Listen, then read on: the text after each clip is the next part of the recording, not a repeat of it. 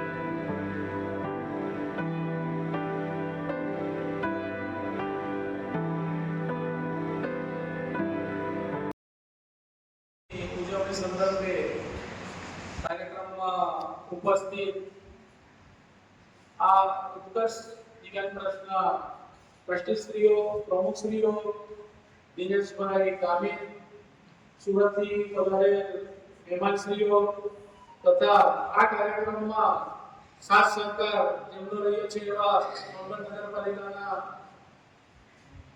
Disaster મેનેજમેન્ટના અધ્યક્ષ શ્રી રણછોડભાઈ, મારા સાથી મિત્ર પ્રકાશભાઈ, યોગેશભાઈ, વિજયભાઈ, ભીમરાવભાઈ, મોહસિનભાઈ તથા તાલુકા તથા બહારથી પધારેલ ભાઈઓ તથા બહેનો, દિનેશભાઈએ તથા સુરતથી પધારેલા મહેમાનોએ હમણાં વાત કરી કે આ ટ્રસ્ટની કામગીરી જે ચાલી રહી છે એ દિનેશભાઈએ કીધું કે જે પણ દિવ્યાંગ છે એ લોકોને તાલીમ આપીને એ લોકો પોતે પગભર થાય એના માટે આ ટ્રસ્ટ ખૂબ જ સારી કામગીરી કરી રહ્યું છે। આજના દિને આ ટ્રસ્ટને ખૂબ ખૂબ અભિનંદન આપું છું કે આવી કામગીરી કરતા રહે તથા એમની સાથે અમને પણ આજે જોડાવાનો એક મોકો મળ્યો છે, લાભ મળ્યો છે, તો એ સંદર્ભે હું આ ટ્રસ્ટનો ખૂબ ખૂબ આભાર માનું છું। અસ્તુ ભારત માતા કી જય।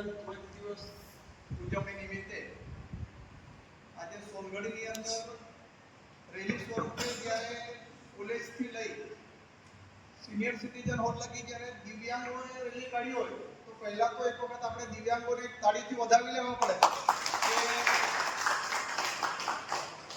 આપણે સ્વસ્થ હોઈએ ને કદાચ આપણે કોલેજથી લઈ અહીંયા લગી રેલી કાઢી હોય તો અડધા લોકો અડધી રેલીમાંથી ગાયબ થઈ જતા હોય છે। એટલે દિવ્યાંગોને જેટલા અભિનંદન આપવા હોય તેટલા ઘટે કે ભાઈ દિવ્યાંગોએ આજના દિને જે રેલી કરી એમના ટ્રસ્ટના આયોજકો તેમજ જે રેલીની અંદર પધાર્યા છે તેવા દિવ્યાંગ ભાઈઓ તથા બહેનોને પરિવાર હું એકવાર અભિનંદન આપું છું કે જેઓ મોટી સંખ્યામાં અહીંયા પધાર્યા અને આજના કાર્યક્રમમાં જે આપ આવ્યા અને જે રેલી સ્વરૂપે અહીં કાર્યક્રમની શોભા વધારી છે તે બદલ ફરીવાર તમને અભિનંદન. બીજી જે દિનેશભાઈએ વાત કરી, સુરતથી આવેલ સાહેબશ્રીએ જે વાત કરી કે દિવ્યાંગોને પગભર થવા માટે આપણા સહકારની જરૂર છે, તો હું દિનેશભાઈ તેમજ તેમના જે સુરતથી આવેલ મહેમાનશ્રી છે તેઓને સોનગઢ નગરપાલિકા વતી જે કોઈ સાથ સહકારની જરૂર હશે અમે આપતા આવ્યા છીએ અને આપતા રહીશું. બીજું, દિનેશભાઈ મને પણ વર્ષોથી ઓળખે છે અને રહી વાત રણછોડભાઈ ધ્વજની ઉજવણી કરવામાં આવી અને તમો કોલેજથી સિનિયર સિટીઝન હોલ સુધી ખૂબ સારી રીતે રેલી કાઢી અને ખૂબ સારી રીતે આવ્યા. એના માટે હું તમારો આભાર માનું છું. પ્રજ્ઞાચક્ષુ હોવા છતાં પણ પ્રકાશભાઈ કીધું તેમ ખૂબ સારી રીતે રેલીમાં જોડાયા. એના માટે તમો ધન્યવાદને પાત્ર છે.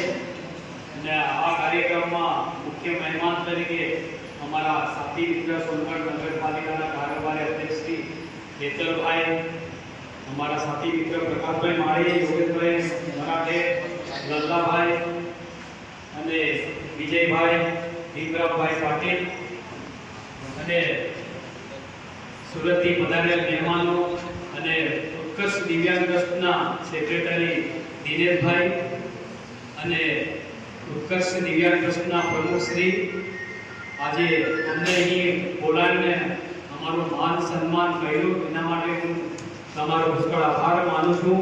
અને બીજું કે પોતે દિનેશભાઈ દિવ્યાંગ હોવા છતાં ખૂબ સારી ભાવના રાખે છે, ખૂબ સારા એમના વિચારો છે.